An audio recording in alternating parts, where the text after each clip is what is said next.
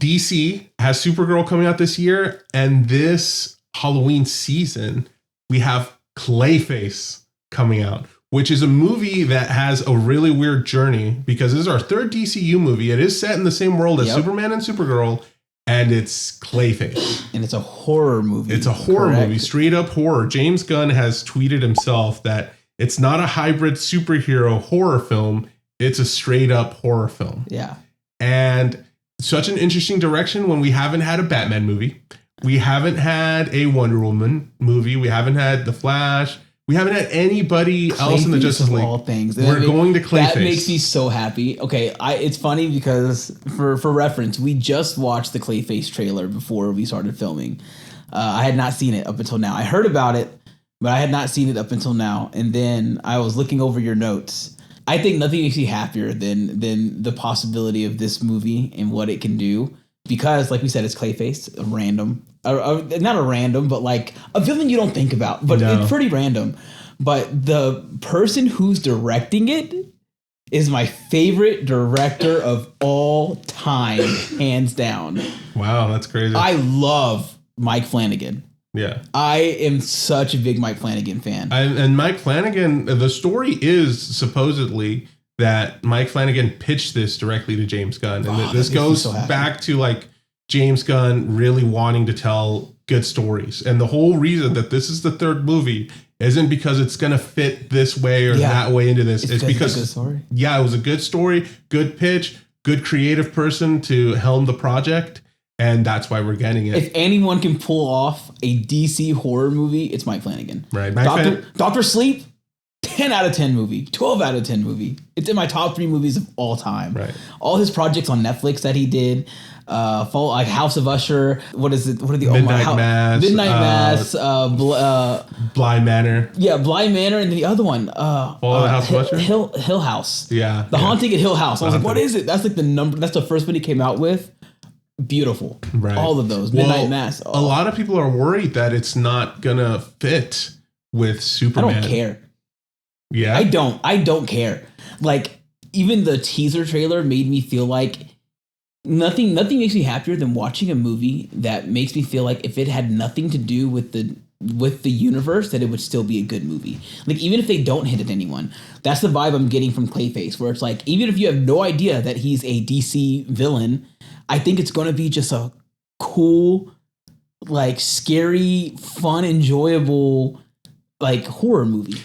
So you don't mind the concept of having like more genres within the universe? I love that. I think we need that. Yeah. I think you can't just have one-tone movies. Right. Like, I think that's not fair. Like, I take the Superman movie and Peacemaker again, 2 completely different tones, but they still feel like there's like a connecting thread between them.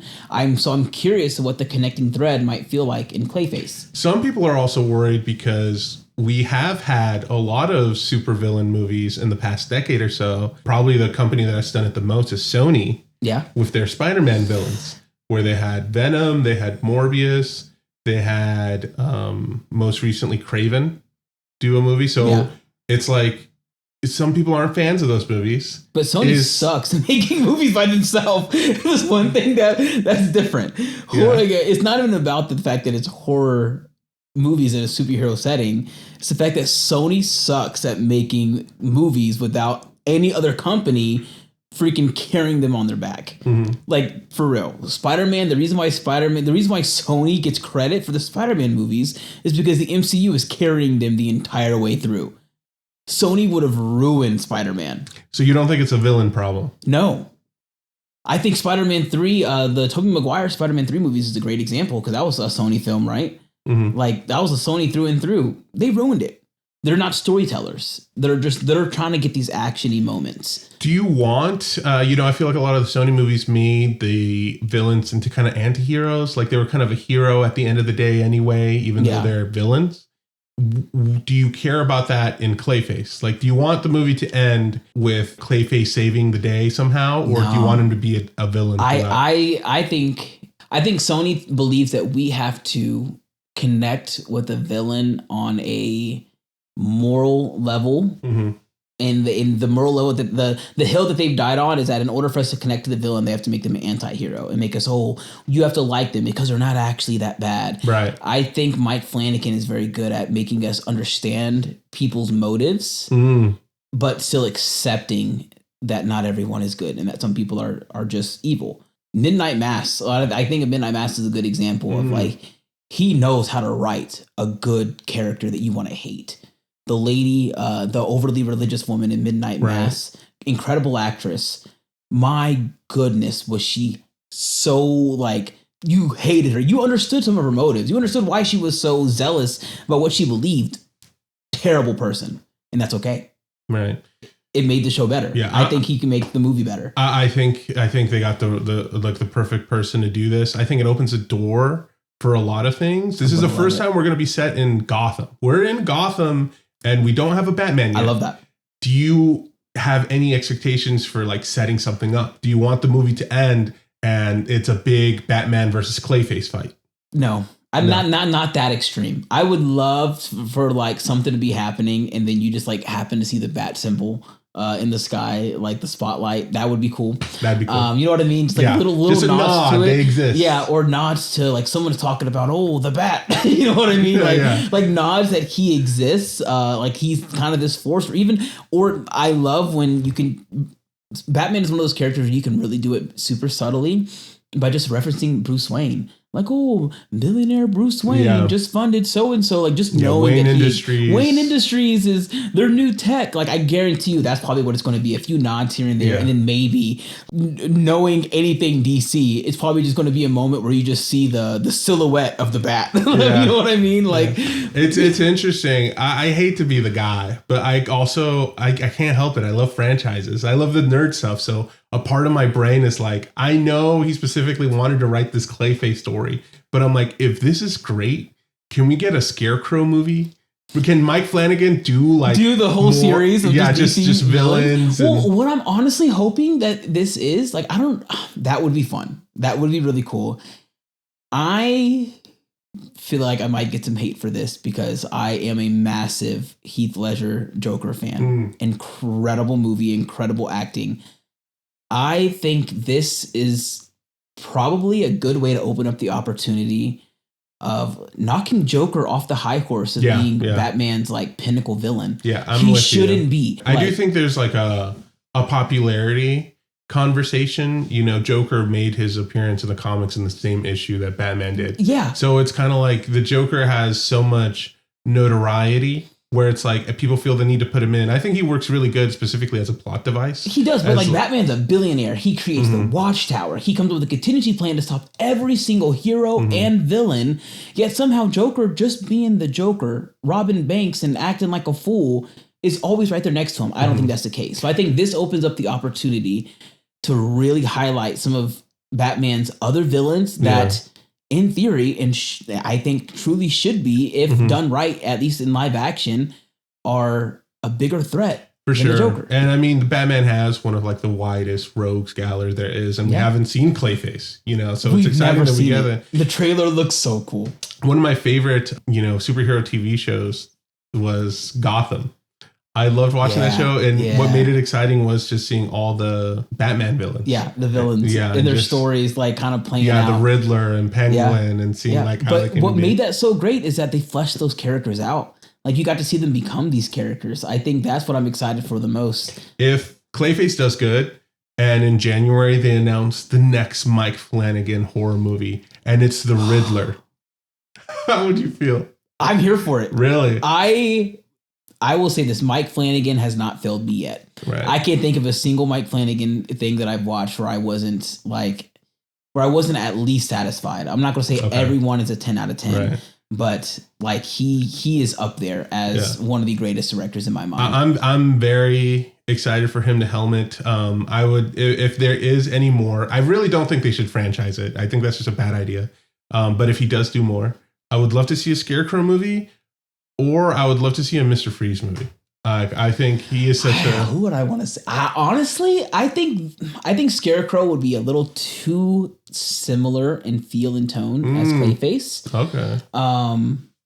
not like, I mean, not exactly, of course, but I think yeah, very I get similar. what you mean though. Yeah. Mr. Freeze, I feel like that's just hard. Mr. Freeze is a hard character to do. Yeah. I would honestly kind of like to see a Poison Ivy movie. That'd be cool. I think that's one of those. That'd be really cool. Like, and that would feel a lot different than Clayface. Yeah, very different, and just have a different like origin to that. Right. I think that would be really cool. I agree. What would you say your hype meter is on Clayface? This is my 10. Wow. Again, and that's surprising. And if we didn't watch the trailer beforehand and you just said, "Oh, there's a Clayface movie coming out," I would have been like, "Oh, cool." I would have been like at a 4. The trailer, that little teaser, so good. And then knowing Mike Flanagan is directing it again, 10 out of 10. Right. I am so excited. I love a good horror movie. Right. I'm also very excited. It's like my two passions colliding here. Yeah, you got a superheroes and horror, and it's in one thing. So that's really awesome. And I'm a huge Batman fan, Gotham fan. Do we have any other horror superhero? Well, yes, MCU tried to do it. They even got a horror director, Sam Raimi, who's famous for the Evil Dead movies, and he made an awful movie to make Doctor Strange: Multiverse of Madness. That was not a horror and it was also movie. Marketed as a horror movie. It had like all the crazy stuff going on. It had that the Scarlet Witch, and it would like go into her eye, and those scenes were fun. They was sold as like, we got the Evil Dead guy to come do this. Yeah. Unfortunately, that's one of the movies that I'm not a big fan of because of its journey. And Sam Raimi didn't get put into his role until like they've already shot a lot of it. It was too superhero-y. And the other part of it too is people were excited too because he's a horror guy, but he's also the original Spider-Man 1 through 3 guy with Tobey Maguire. So he tried to. I think that was the issue with that movie, that it felt too much like both.